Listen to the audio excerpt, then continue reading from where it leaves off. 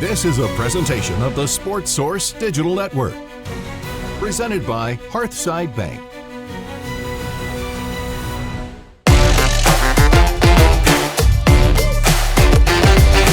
Welcome into this episode of Hoops. It's a special edition. John Pennington along with John Wilkerson and Mike Strange joining us. Mike Strange here to talk Tennessee, Kentucky basketball coming up on Friday night because you are someone who came from the Bluegrass State. You know how important this rivalry is from that side of the fence. I grew up in East Tennessee, but for 8 years as a boy, the formative years, I was in Middlesboro, Kentucky, so literally on the fence. I lived in a town that was half Vol fans, half Wildcats fans. This would be like the biggest thing in the world. I bet it still is up there. And my first newspaper job was Middlesboro, Kentucky, so I was we were there at the same time. It's Cat fans and Vol fans. Yeah, and of course Middlesboro is the home of Hearthside Bank, who brings you this program. Be sure to like if you like the content. Be sure to subscribe. We appreciate it. All right, gentlemen, let's talk about this. I like the fact that Tennessee. Well, I can look at it two ways. I'll give you the positive first. I like the fact that it's Rick Barnes who's going to be able to say, these guys beat you twice. Look what they did to you. You're going to let them do this. I like the fact that they can go in with a chip on their shoulder. On the other side, I don't like this matchup at all because I watched Kentucky beat you the first two times, and I fear that I'm hearing so much talk around town that, well, you can't beat somebody 3 times in a row. They can't shoot like that again. Whistling past the graveyard is what that sounds like to me. I'm scared of this one for Tennessee's sake. Before the tournament started, we did a little show down here. We put up a big bracket.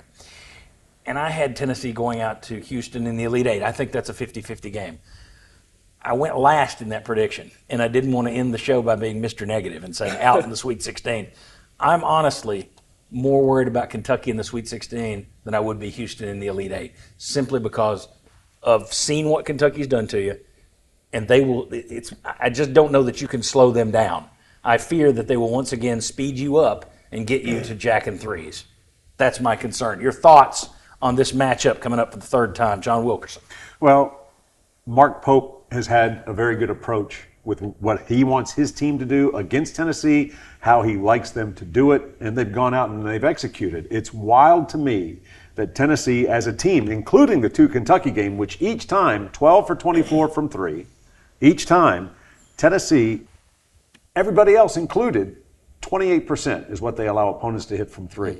They've been so good on the perimeter. They disrupt the opportunity for guys to even get good looks at the 3-point shot. But Kentucky has been able to, and it's not been just the same thing. It's been, all right, in this game it was at the start of the game. And then at this game it was a flurry before the end of the first half. And then it was another game, well, the first game you come back out as Tennessee had actually grabbed the lead and then at the half, and then they come out and they took over with the way that they came out of the locker room. So Mark Pope, while he had never won an NCAA tournament game prior to this run, he's never lost to Tennessee twice as a coach, and it was 6 times if you include the year that he sat, because it was the transfer rule. He had to sit for the year. But when he made his way from Washington to Lexington, he was then 4-0 on the court. He was 2-0 off. So he's never been a part of a Kentucky bench, a Kentucky team, or coaching the Wildcats where they've lost to Tennessee. Which means he's due for a loss. That's right. But I'll say this. That's one way to look at it. One of the things that was really interesting is he was doing his press conference prior to the second meeting. He points out, he says, well, we've been looking at it, and this was when you started to see Jordan Gainey get more time in the second half in place of Jemai Mashak. And so it was a unit that clicked a little bit better offensively for Tennessee at that point in time. And that's one of the things he pointed to. He said, we've noticed that Tennessee's doing something a little different when it comes to minutes in the second half, and that's something we're going to have a plan for. But I just think he's a really smart guy. I mean, he's a Rhodes Scholar type player. Yeah. And then I think he's very good for what Kentucky needs. And I just think that he's got an approach. Not to say that Tennessee doesn't, but I'm just impressed with how he has approached this matchup each time so far. Mike Strange. Well, I think there was a reason Kentucky won both of those games with Tennessee, because they score so well. And I frankly am surprised that almost all the bracketologists and odds makers are picking Tennessee to win this game. And I don't really, not trying to be negative all here, but I don't really understand that, because I thought when I looked at Tennessee, they just they have these spans where they just have a hard time scoring. Yeah. And I thought against Kentucky, I thought Kentucky would beat them because Kentucky scores so well. I thought Alabama would beat them because Alabama scores so well. And yet Tennessee beat Alabama. Yeah.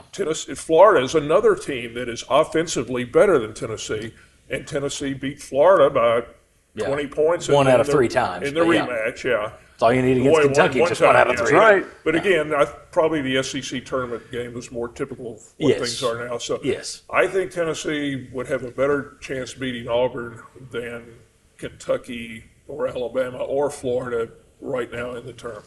You know, the thing that worries me about this contest is Tennessee, according to Ken Pomeroy's tempo ratings, Tennessee is 346th in the nation. I don't know how many schools there are in Division I right now, but it can't be many more than 346. Right. And Kentucky's 26th. And my fear is you look at guys playing pickup basketball. They don't go out there and try and make it 50-50. They go out and they want to run and they want to gun. And when Tennessee played Kentucky twice this year, they shot 63 three-pointers. They were 14 of 63 from 3. They're not a great shooting three-point team. So to shoot 63 is insane. My fear is for Tennessee, it's a little like the Duke game a couple of years ago where you came out of that game and said, well, we just got to get people in the mud. That became the thing. Hey, make it muddy, get them in the mud. I fear, having watched those 2 games and seeing the athleticism of Kentucky, that it will be easier for them to lure Tennessee into their way of playing as opposed to Tennessee slowing it down, getting them to grind with it. Now, Rick Barnes has surprised me before, and he's now in his 3rd straight Sweet 16 at Tennessee. So I could be wrong, but that's where my fear comes from, is are they going to go out there and jack up a bunch of threes the way they did the first 2 times they played this team? I mean, you could go out there and hit them, but I don't like my chances with a team that doesn't shoot a lot of threes well, shooting 63 in 2 games. That worries me. I think the breakdown was 46 in one game, 17 in another. And it was the 17 was at Rupp Arena, which was the rematch. And so I do think that Tennessee played better. I think they had a better approach, and I think they handled the situation better. It's just they failed to finish. So I think they were on a much better path the second time they met because they didn't just settle. I mean, Kentucky dared them to shoot the 3 in Knoxville, and that's all they did. So I do think that there are things to point to that you would say are positives for the Vols. I think that Chaz Lanier is being the most aggressive part of himself that he's been as a Tennessee Volunteer, and I think that benefits the Vols in a big way. Looks more confident than he's looked all year. Very much so. And I also think that they know that each time out, this could be their last ride. So, and I think that's something that they're using to, and I think they used that when they played Auburn a second time in Nashville in the SEC tournament. Yep. And obviously it didn't work so well when they played Florida in the championship game. But I just think that there is a mood and just an attitude for Tennessee right now that I think serves them well going into this game. If you could pick this game, if you could put Tennessee against somebody, would you pick Kentucky? Do you like the idea of having a Kentucky-Tennessee game in the Sweet 16 round of the NCAA tournament? And I'm talking from a Tennessee perspective. My answer would be no. I was thinking it'd be better if Illinois won that beat Kentucky. Has Tennessee ever played an SEC opponent in the tournament? No. I didn't think so. No. This is just the 5th time it's ever happened for any SEC matchup. Wow. The only one that Kentucky wasn't a part of, South Carolina beat Florida when the Gamecocks were making their run to the Final Four. But it happened twice in the '86 tournament. Kentucky LSU was one of those, wasn't it? Yes, correct. Right. And it was Kentucky playing Alabama the round before it played and lost to LSU. So Kentucky eliminated the Crimson Tide and then lost to LSU because that was the 11-seed Tigers as they were making an unexpected run. In Atlanta, I covered that game. Yeah, so, but it's only happened 4 times prior to what's going to, and wouldn't you know it, 7 teams are in the Sweet 16, and the only SEC matchup is Tennessee and Kentucky. Yeah. The other 5 conference schools are all playing somebody else. To me, I just don't like again, I grew up in Middlesboro, so the idea of a loss to Kentucky is more painful than a loss to Illinois. It's more painful than a loss to Houston. It's more painful than a loss to anybody, in my view. Alabama hurts.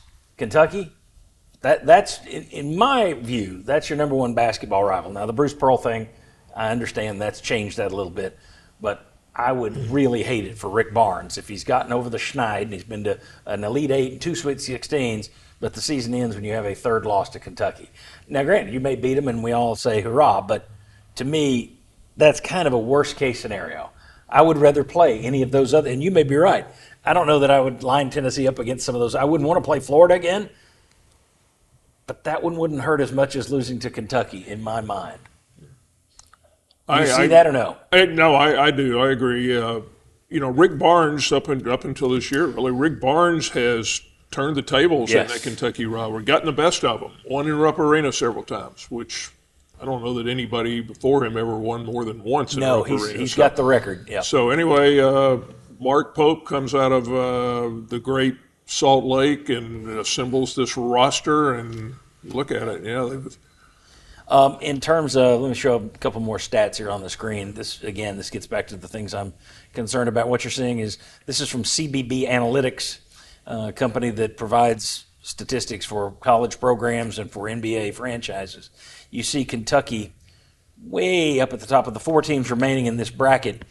That upper right, Kentucky in terms of pace, much faster than anybody left. In terms of possessions, kind of another way of looking at the same stat. Look how many more possessions they've had this season than Tennessee or Purdue or Houston. Just miles more, 200 possessions more. You look at 3-point field goal attempts versus pace of game. Pace, Tennessee, now they fire up a lot of threes. They just don't shoot them as well as a team. That's the thing that's bizarre about Tennessee. We did a stat that we showed on Sunday's show that in terms of percentage of the remaining teams, Tennessee was near the bottom. In terms of shots taken from 3, they're way up here. Not exactly the blueprint for success that you do the most of what you do least well. But I think that if they win this thing, I think we're all going to be sitting here saying, they got Kentucky to play their game, they slowed them down, they ground it out. Correct? Well, do we agree with that? Yes. I don't see Tennessee winning this one 82-80. Mr. Glass half full, you would say, the style of play couldn't have gone any more Kentucky's way than it did before. So that's probably not going to happen to that degree again. But tell me, why are the odds makers and bracketologists picking Tennessee? What's their rationale? And so are all the analytics computers are saying Ken Pomeroy has Tennessee. Why? CBB Analytics has Tennessee by like a 65% chance. Why? Hell if I know. I don't know. Yeah, I would look at. It's a fair question, again, because you have 2 shining examples as to this is why. One of the Kentucky players said, "We're going to win this game," which I loved hearing. If from a Tennessee standpoint, keep talking. Yeah, keep talking. I thought that was good for Tennessee that they're running their mouths and already confident about it. But yeah, I don't see it. You have 2 examples, and both of them you had 2 samples to go by, and both of them went Kentucky's way, and both of them with relative ease. So I'm not sure how any computer looks at that and says, "Oh well, Tennessee's got it." And certainly, you're right. The human factor is taking Tennessee. And around here, you hear a lot of people, can't get them 3 times. And I just think if Tennessee had won those first 2 games, how many fans here would be saying, well, there's no chance we're going to win this because you can't beat somebody 3 times. So I think whichever side of that fence you're on, you argue it's in your favor. So to me, I don't know why everybody's picking Tennessee. At this point. Do you? Well, I can understand that you can point to things that Tennessee does well, but again, since there are the 2 instances of head-to-head lack of success, where I do think it questions the Wildcats' ability to go out there and do it yet again, is because you look at how many other instances where they just didn't play well. I mean, you look at some of the games that they lost in the Southeastern Conference, some of the teams that they lost to in the SEC. You go to John Calipari's, and granted, it's much different now when you look at that Arkansas team as the only 10 seed, the only double-digit seed that's still around in the field of 16, and the fact that they just beat St. John's and Kansas was really impressive. Yeah. But I just think that when you look at where Arkansas was at the time that it went to Rupp Arena with Cal's return to Lexington, and they never had the upper hand. And there are those instances where you could watch. In fact, there was a stretch to where the only team in the Southeastern Conference Kentucky beat was Tennessee. They lost to everybody else. And it didn't matter if it was a Florida or an Alabama. It didn't matter if it was a team that was in the lower half of the 16-team standings. It was just, it wasn't going well. And so there are those moments that if you just look at the ability for Tennessee to go out and execute its plan, there's the chance. But again, it really boggles the mind to see who they lost to at some points in time and then how outstanding they've been in getting the job done against the Vols. Now, this is ancient history. I mean, I just want to make it clear. Nobody here is saying that Tennessee can't win the game. Right. Obviously, they can win the game. Obviously. The way Zakai Zeigler is playing, I mean, I wouldn't bet against him. I just don't like the matchup because I've seen it run twice already. So I'm afraid it's going to play the same way. But I think I'm right on this. If you go back to, this is ancient history, but you go back to that 85 NCAA tournament, I'm pretty sure Georgetown beat Villanova during the regular season again and again, and then Villanova got the one that counted. Right. So if you They shot like 70% from the field. that's just it. I mean, it's basketball. So if Kentucky does come out, and we're right to factor in the fact that they shot 12 of 24 from three the first time they played. And I think anyone the second time they played would say, well, they can't do that again. And they exactly did 12 of 24 again. So maybe they are due to have a cold night against Tennessee because it's basketball. Yeah. Somebody's going to be hot. Somebody's going to be cold. In a dome. Which isn't great for shooters. That's right. Your backdrop changes. But make sure that you guard Kobe Brea. He had 3 threes in the first game, and he had 3 threes in the second. And if you had to pick which threes the only threes that they got to get, his would be it. His were the most impactful in terms of where the game was, circumstance, situation, all of that. And he was the guy that was wide open and didn't miss. And I mean, one of those was very close to the logo in the middle of the floor in one of the shots that he hit here. And I do want to, let's just finish this out because a few weeks ago we talked about Tennessee in the NCAA tournament and their best ever games, et cetera, et cetera. One thing we didn't cover there was their the biggest wins. Not biggest in terms of, we did cover it in terms of biggest, most important, not in terms of biggest point spread. I thought the win over UCLA the other day ranks as one of their best all-time wins in the tournament. It's not the best UCLA team ever, but it's still a blue blood program. And Tennessee, historically, doesn't have a lot of big-time wins where it's just kind of a cakewalk in the second half once they get out of the first round. Yeah. They have not had a lot of cakewalks outside of that first round. So, to me, it compared with a couple of games we talked about that night. The Duke game, where you just whipped them and they were a 5 seed. The UConn game, where they weren't 100%, but you whipped them, and that was 2000. They were defending champs. You blew them out. And the UCLA game looked a lot closer at the end than it was. You were up by 19 late. They were still sitting on 37 points late in the game. That UCLA game the other day ranks with some of the best all time for Tennessee, in my opinion. And that's based on that, and I thought they had a good game against Wofford before that, but especially against UCLA, I think maybe that's why the odds makers Maybe saw what Tennessee's ceiling is. Yeah, and I do think their ceiling, again, I would feel better against Houston.